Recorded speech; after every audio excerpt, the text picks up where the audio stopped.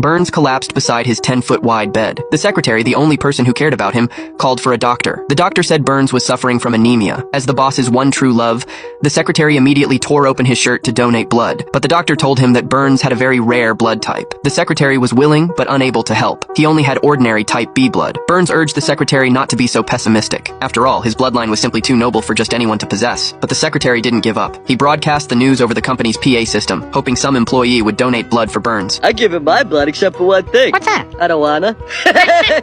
Homer couldn't stand listening anymore. It was rare for a rich person to need their help. If he didn't seize this opportunity, how would he make money in the future? You know, Homer, I am your supervisor. Sorry, sir.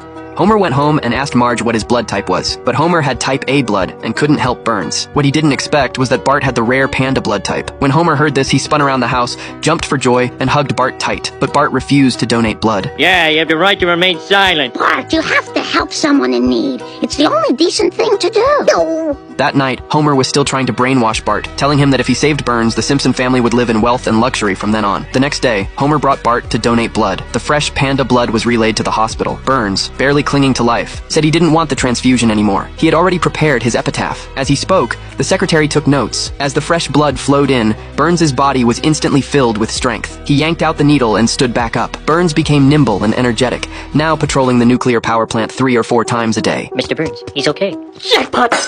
There seemed to be boundless energy in his body. At this point, he finally became curious about whose blood was so invigorating. The secretary said it was Homer's son, so Burns decided to send him a very big surprise. Meanwhile, Homer kept checking the family's mail. When he saw Burns's letter, he immediately gathered the whole family in the backyard. Homer tore open the envelope and found only a letter addressed to Bart inside. After reading it, he realized that was all there was.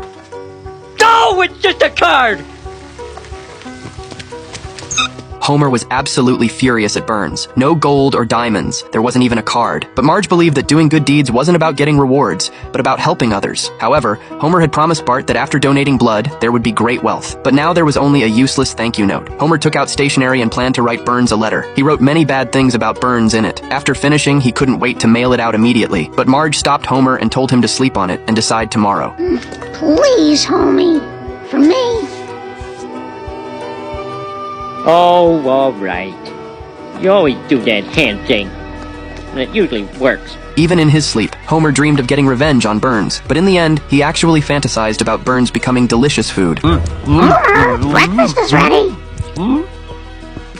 After the night passed, Homer had completely lost yesterday's anger. He planned to throw the letter away, but after searching for a long time, he couldn't find it. It turned out Bart had taken the letter and mailed it. When Bart got home, Homer asked him if he'd seen the letter. Bart calmly said he'd already mailed it out.